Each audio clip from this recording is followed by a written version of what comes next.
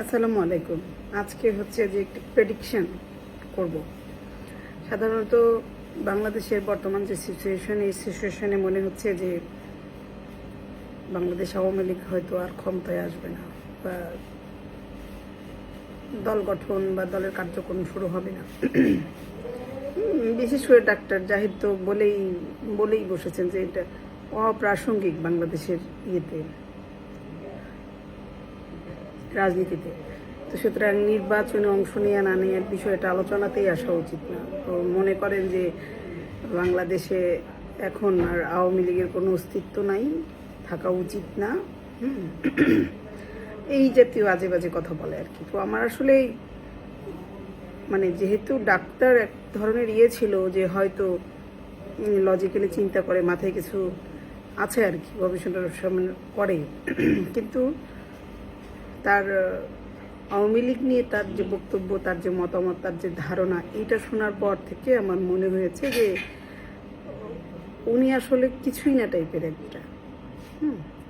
যাই হোক, যেহেতু এখন ধরেন দুঃসময় যাচ্ছে আওয়ামী লীগের, শেখ হাসিনা মুক্তিযুদ্ধের জাতির পিতা বঙ্গবন্ধু শেখ মুজিবুর রহমানের অস্তিত্ব নিয়ে প্রশ্ন তোলার সুযোগ পেয়েছে হানাদারেরা, পাকিস্তানিরা। ফলে এই কথাগুলোকে আসলে ওইভাবে গুরুত্ব দেওয়ার কিছু নাই, কারণ এক জাহিদ তো আর 18 কোটি মানুষের প্রতিনিধিত্ব করে না। আমরাও তো 18 কোটি মানুষের মধ্যে পড়ি। এখন তার একার মতামত বা মন্তব্যই আমাদের হতাশ হওয়ার কিছু নেই, নিরাশ হওয়ার কিছু নেই, বরং আশার কথা হচ্ছে যে তারা আওয়ামী লীগকে এতটাই ভয় পায়, জনগণের সিদ্ধান্তের উপর তাদের বিশ্বাস উঠে গেছে, সুতরাং তারা মনে করে যে মানুষকেও আর ক্ষমতা দিতে চায় না, তারা নিজেরাই দায়িত্ব নিয়ে বলে দিচ্ছে যে অপ্রাসঙ্গিক, দরকার নেই, অপ্রয়োজনীয়। সুতরাং বোঝা যায় যে কতখানি জুড়ে আছে আওয়ামী লীগ, কতখানি বাংলাদেশের মানুষের হৃদয় জুড়ে আছে শেখ হাসিনা, বঙ্গবন্ধু, মুক্তিযুদ্ধ। সুতরাং ওই বিষয়টার জন্যই আশাবাদী এই কারণে যে বাংলাদেশের মানুষ আসলে সঠিক সময়ে সঠিক সিদ্ধান্ত নিতে ভুল করে না। সেটা 52তেও প্রমাণ হয়েছে, 47-এও প্রমাণ হয়েছে, 69-এও প্রমাণ হয়েছে, 71-এও প্রমাণ হয়েছে, 75-এও প্রমাণ হয়েছে, এবং 96, 90 এই সব প্রত্যেকটা গণঅভ্যুত্থানের পর মানুষ আসলে সঠিক জায়গায় সঠিক মানুষকে সম্মান দিয়েছে।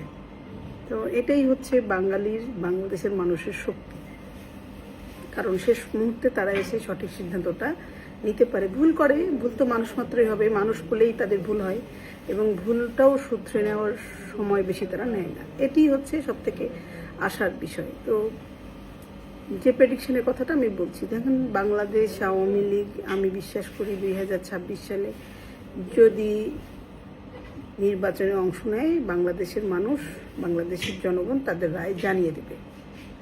এটি হচ্ছে স্বাভাবিক প্রক্রিয়া, মানে এটা হচ্ছে আওয়ামী লীগের সত্যিকার অর্থে জয়। কারণ বাংলাদেশে বিগত 1 বছরে এবং যে শাসন দেখেছে, যে শাসনের নমুনা দেখেছে, এই শাসন নমুনা শোষণের যে নতুন নতুন অভিনব পন্থা পদ্ধতি যুক্ত হয়েছে, সব কিছু মিলিয়ে বাংলাদেশের মানুষ 1 বছরে বুঝে গেছে যে আসলে বাংলাদেশের মানুষের শাসনভার কার হাতে থাকা উচিত। তো এটিও একটি তাদের পরাজয়, কারণ তারা যে প্রতিশ্রুতি, যে প্রতিজ্ঞা, যে ধরনের স্বপ্ন নিয়ে শেখ হাসিনাকে ফ্যাসিস্ট তকমা দিয়ে তাড়িয়েছে, তো সেই ফ্যাসিস্টের সবগুলো গুণাগুণ এই বিগত 1 বছরে বহুগুণ হারে বাংলাদেশের মানুষ দেখেছে। তো তারাও একনায়কতন্ত্র চায়, তারাও ক্ষমতা চায়, তারাও অর্থ লুটপাট করতে চায়, তারাও সুযোগ পেলেই দুর্নীতি করতে চায়, ব্যাংক লুট করতে চায়, মানুষ খুন করতে চায়, মানুষ গুম করতে চায়, অত্যাচার করতে চায়, ধর্ষণ করতে চায়। তো কোনো অংশে কোনো দিক থেকেই তারা নতুন করে কোনো স্বপ্ন মানুষকে দেখাতে পারেনি, কোনো খাতেই না, দেশে না বিদেশে, কোনো কিছুতেই না। বরঞ্চ বাংলাদেশের মানুষ বেকার হয়ে গেছে, মানুষের শিল্প প্রতিষ্ঠান ধ্বংস হয়ে গেছে, বন্ধ হয়ে গেছে। তো এইভাবে যেভাবে ব্যাংকগুলো লুট হয়ে গেছে, 23টি ব্যাংকে অলরেডি অকার্যকর ঘোষণা করেছে বাংলাদেশ ব্যাংক। এবং নৈতিক স্খলনজনিত যে অভিযোগ, সেটা তো বহু মানুষের এটা প্রমাণ হয়েছে। অর্থ লোপাট, অর্থ পাচার, এমন কোনো হেন ইস্যু নাই যে ইস্যুতে শেখ হাসিনা সরকারের আমলকে ডিঙ্গিয়ে যায় নাই। মানে 1 বছরে উনি 17 বছরে যে ইতিহাস তৈরি করেছেন, 17 বছরে যে দুর্নাম অর্জন করেছিলেন, তা বিগত 1 বছরে এই নতুন সরকার, নতুন বন্দোবস্ত এবং নতুন স্বাধীনতা পাওয়া রাজনৈতিক কর্মীরা সেই সুবিধা ভোগ করেছেন, উপভোগ করেছেন, সেই সুযোগ নিয়েছেন এবং লাভবান হয়েছেন। আঙ্গুল ফুলে কলা গাছ হয়েছেন 1 বছরে। তো এরা যদি আরো 5 বছরের দায়িত্ব পায়, বাংলাদেশ এবং এই 1 বছরেই বাংলাদেশকে বিক্রি করে দিচ্ছে, এর বহু প্রমাণ বাংলাদেশের মানুষ পেয়েছে। তো সুতরাং আরও যদি 2 বছর, আরও যদি 1 বছর, আরও 5 বছর থাকার এরা সুযোগ পায়, বাংলাদেশের প্রতিটি ইঞ্চি ইঞ্চি মাটি, প্রত্যেকটি মানুষকে নাম ধরে ধরে বিক্রি করতে এরা দ্বিধা করবে না। এটা হচ্ছে নতুন বাস্তবতা, শুধু নতুন বন্দোবস্ত না, এটা নতুন বাস্তবতাও। তো এটি বাংলাদেশের মানুষ জানে ভালোভাবে, জানে বলেই তারা জানে যে তাদের কোন পদক্ষেপটা নিতে হবে। এখন যে আসার কথা, এই কোয়েশনটা আমি আপনাদের সাথে শেয়ার করতে চাই, এটাই বাস্তবতা এবং এটাই হবে। এটার প্রমাণ হচ্ছে যে আমরা দেখেন বর্তমানে বাংলাদেশ বেলটা কিভাবে ঘুরছে। বাংলাদেশ এখন কার দখলে আছে? সত্যিকার অর্থে আমরা বাংলাদেশ এখন যুক্তরাষ্ট্রের অধীনে আছি, মার্কিন যুক্তরাষ্ট্র। তো হচ্ছে মার্কিন যুক্তরাষ্ট্র সরাসরি তার প্রতিনিধিত্ব করছে ডক্টর মোহাম্মদ ইউনূস, এবং মার্কিন যুক্তরাষ্ট্র পাকিস্তান, আফগানিস্তান হয়ে বাংলাদেশে ইসলামিক রাষ্ট্রগুলো, মানে জামায়াত ইসলাম মাথাচাড়া দিয়ে উঠতে পেরেছে। জামাত এই হচ্ছে জামায়াত ইসলাম, মানে হচ্ছে মৌলবাদীদের উত্থান, হিজবুত তাহরিরদের উত্থান। হিজবুত জঙ্গি গোষ্ঠী যে আফগানিস্তান থেকে এসে, পাকিস্তান থেকে এসে বাংলাদেশে জঙ্গি হামলা করেছে জুলাইয়ে, এটি দাবি এখন খোদ পাকিস্তান থেকেও করা হয়, আমেরিকা থেকেও করা হয়। বিভিন্ন ধরনের ডিপ স্টেটের যে ঘটনাগুলো প্রকাশ পেয়েছে, সত্য প্রকাশ পেয়েছে, সেটিও এটি প্রমাণ করে। সুতরাং নতুন করে ডিপ স্টেট নিয়ে বা পাকিস্তানিদের জঙ্গি হামলা, জুলাই আগস্ট যে একটা জঙ্গি হামলা, এটি নিয়ে আর বলতে চাচ্ছি না। টোটাল বেলটাই হচ্ছে এটা। তার মানে হচ্ছে পাকিস্তান, আফগানিস্তান এবং যুক্তরাষ্ট্র প্লাস আমাদের জামায়াত ইসলাম, ডক্টর মোহাম্মদ ইউনূস, তো বিভিন্ন এনজিও, এই টোটালটাই হচ্ছে গেমের একটা অংশ। ফলে তারা এখন ক্ষমতায় আছে। এখন এই ক্ষমতা যদি ভূ রাজনীতি আমরা বিবেচনা করি, তাহলে ভূ রাজনীতিতে এখন একটাই সব থেকে বড় ক্ষমতাধর পরাক্রমশালী দেশ হচ্ছে রাশিয়া, চীন এবং ভারত।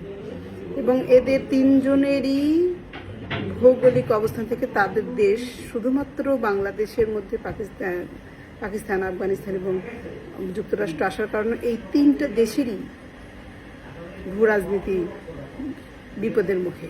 তার মানে হচ্ছে যে তাদের যে মানচিত্র এখন একটু দুর্বল পজিশনে আছে। সুতরাং তারা নিজেদের স্বার্থেই শেখ হাসিনাকে, বাংলাদেশ আওয়ামী লীগকে বাংলাদেশে আবার প্রতিস্থাপন করবে।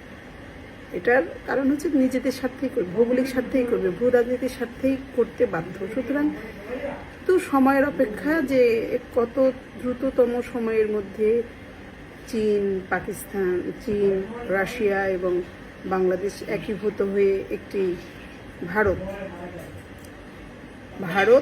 চীন এবং রাশিয়া একত্র হয়ে বাংলাদেশকে তাদের নিরাপদ ভূমি হিসেবে নিয়ে বাংলাদেশকে নিরাপদ করতে সহায়তা করবে।